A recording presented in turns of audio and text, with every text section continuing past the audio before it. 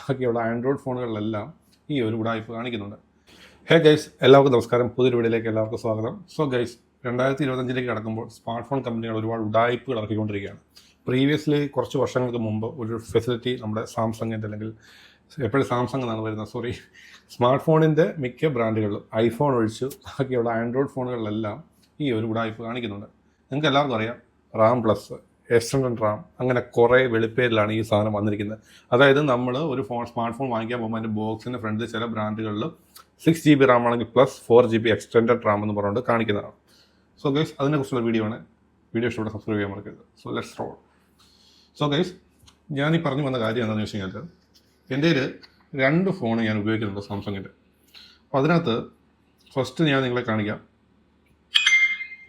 നമ്മുടെ S22 ultra. ഈ ഒരു ഫോണിൽ റാം പ്ലസ് ഉണ്ട്. സാംസങ്ങിന് റാം പ്ലസ് എന്നാണ് പറയുന്നത്, ചില ബ്രാൻഡിന് എക്സ്റ്റൻഡഡ് റാം എന്നോ അല്ലെങ്കിൽ എന്നൊക്കെ പറയുന്നുണ്ട്. സോ ഇതെന്താണ് സംഭവം? ഇത് ശരിക്കും നമ്മളെ ഗുണം തരുന്നുണ്ടോ, അല്ലെങ്കിൽ എന്താ സംഭവം എന്നുള്ളത് അറിയണമല്ലോ. അതിൻ്റെ കുറിച്ചുള്ള വീഡിയോ ആണ്. So actually first of all പറയുകയാണെങ്കിൽ, റാം എന്ന് പറയുന്നത് റാൻഡം ആക്സസ് മെമ്മറി. അതാണല്ലോ നമ്മുടെ റാം എന്ന് പറയുന്നത്. റാമിൻ്റെ ഉത്തരവാദിത്വം എന്താണ്? നമ്മുടെ മെമ്മറിയിലുള്ള അല്ലെങ്കിൽ നമ്മുടെ ഫോണിലുള്ള ആപ്ലിക്കേഷൻസിനെ പ്രോസസ്സ് ചെയ്യുന്നതിന് വേണ്ടി ഹെൽപ്പ് ചെയ്യുന്ന ഒരു ഫെസിലിറ്റിയാണ് റാൻഡം ആക്സസ് മെമ്മറി.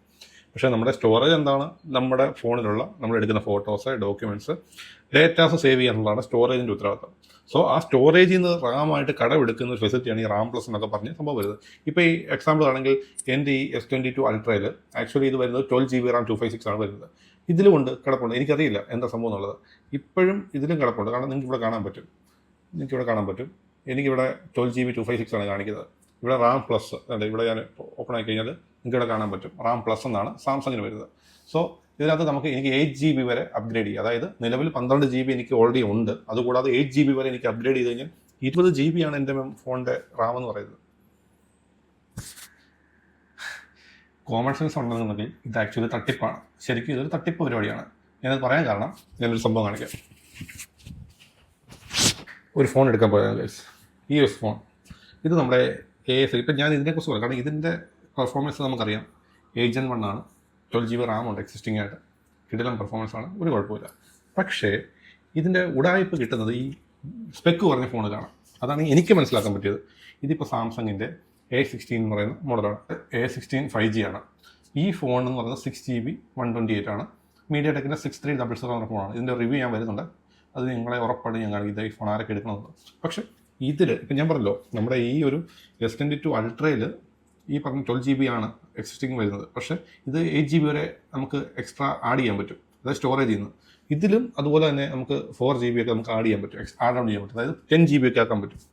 പക്ഷേ ഞാൻ ഇതിലാക്കിയപ്പോഴത്തേക്ക് ഇത് ഭയങ്കര ലാഗാകുന്ന ഫോൺ. ഈ എക്സ്റ്റർണൽ റാം ഇട്ട് കഴിഞ്ഞപ്പോഴത്തേക്ക് അതുവരെ ഒരു കുഴപ്പമില്ല. അതുവരെ ഇത് ഒരു കുഴപ്പമില്ല. ഇതിപ്പോൾ നോർമലാണ് കേട്ടോ, എക്സ്റ്റർണൽ റാം ഒന്നുമല്ല, നോർമലാണ്. പക്ഷേ ഇതിലേക്ക് ഇടാൻ എനിക്ക് താല്പര്യമില്ലാത്തതുകൊണ്ടാണ് ഞാൻ വീഡിയോയിൽ കാണിക്കുന്നത്. ഞാനത് ജസ്റ്റ് പേഴ്സണലി ഞാൻ ചെയ്ത് നോക്കി. സംഭവം ഒരു രക്ഷയില്ല. ഭയങ്കര പെർഫോമൻസ്, ഭയങ്കര ലാഗ് എന്തോ. അതായത് ഇതിപ്പം നിങ്ങൾക്ക് ഇത് കാണാമല്ലോ, ഇങ്ങനെ ഒരു സ്മൂത്ത്നെസ് ഉണ്ട്. ഇത് ആക്ച്വലി 90 Hz റിഫ്രഷ് റേറ്റ് ഉണ്ട്. നമുക്ക് ഈ ആപ്ലിക്കേഷൻ എടുക്കുമ്പോൾ ഒരു സ്മൂത്ത്നെസ് നമുക്ക് ഫീൽ ചെയ്യും അല്ലേ. പക്ഷേ ആ സംഭവത്തിലേക്ക് ഇട്ട് കഴിഞ്ഞാൽ ഒരു സ്മൂത്ത്നെസ് പോകുന്നുണ്ട്. ഇതിൻ്റെ എന്തോ ഒരു സംഭവം, എന്തോ ഒരു പ്രശ്നം. അതായത് എനിക്ക് തോന്നിയൊരു കാര്യം പറയുന്നത് വെച്ചാൽ, ഈ നമ്മുടെ റാം എന്ന് പറയുന്ന ഒരു ഫെസിലിറ്റി കമ്പനി ഓൾറെഡി കൊടുത്തിട്ടുണ്ട്. അപ്പം നമ്മൾ റാം ഉപയോഗിക്കുന്ന റാമിൻ്റെ ആയിട്ടുള്ള ഡ്യൂട്ടിയും സ്റ്റോറേജിൻ്റെ ഡ്യൂട്ടിയാണ് ചെയ്യുന്നത്. അല്ലാതെ റാമിൻ്റെ ഡ്യൂട്ടിയും കൂടെ സ്റ്റോറേജ് കടമെടുത്തിട്ടൊന്നും ചെയ്യാനുള്ള ഒരു ഫെസിലിറ്റി ഒന്നും ഇല്ല. അത് ശരിക്കും ഒരു ഗിമിക്കാണ്. മനസ്സിലായോ? നമ്മളെപ്പോഴും നമുക്ക് ബഡ്ജറ്റ് നോക്കിയിട്ട് ഒരു ഫോൺ എടുക്കാൻ എല്ലാവരും പോകുന്നത്. ഈ ബഡ്ജറ്റ് വെച്ച് എല്ലാവരും ഫോൺ എടുക്കാൻ വേണ്ടി പോകുമ്പോഴത്തേക്കും എന്താ സംഭവിക്കുന്നത്? ഇങ്ങനെ ഒരു അഡ്വർടൈസ്മെൻ്റ് ആണ്. അതായത് നമ്മൾ ഷോറൂമിൽ ചെന്ന് കഴിഞ്ഞാൽ, സാർ ഇതിന് 6GB ഉള്ളെങ്കിൽ സാറിന് 4GB എക്സ്റ്റെൻഡ് ചെയ്യാൻ പറ്റും. അപ്പോൾ 10GB പെർഫോമൻസ് കൂടും. ഒരിക്കലും കൂടത്തില്ല. ഉള്ള പെർഫോമൻസ് കുറയത്തേ ഉള്ളൂ, ഒന്നും കൂടാൻ പോകുന്നില്ല. ഇതൊരു ഗിമിക്സ് ആണ്. എനിക്കറിയില്ല എന്തിനു ഈ ഒരു ഫെസിലിറ്റി ആക്കുന്നത്, എനിക്കറിയില്ല. ഇതൊരു രീതിയിലും നമ്മളെ ഹെൽപ്പ് ചെയ്യുന്നില്ല ഈ സംഭവം. ഏത് സ്മാർട്ട് ഫോൺ ആണെങ്കിലും, സാംസങ് ആയാലും വിവോ ആയാലും, എല്ലാ ഫോണിനും ഈ ഫെസിലിറ്റി. ഇപ്പോൾ ആൻഡ്രോയിഡ് ഫോണിന് ഐഫോൺ ഒഴിച്ച് ബാക്കി എല്ലാത്തിനും ഈ ഫെസിലിറ്റി വരുന്നുണ്ട്. ഈ ഫെസിലിറ്റി വരുമ്പോഴത്തേക്കും OnePlus ഉണ്ടോ എന്ന് എനിക്കറിയത്തില്ല. OnePlus ഉണ്ടാവും, എങ്കിലും ഞാൻ കണ്ടിരിക്കുന്നത് ഈ വിവോയിലും സാംസങ്ങിലൊക്കെയാണ് കൂടുതലും കണ്ടിരിക്കുന്നത്.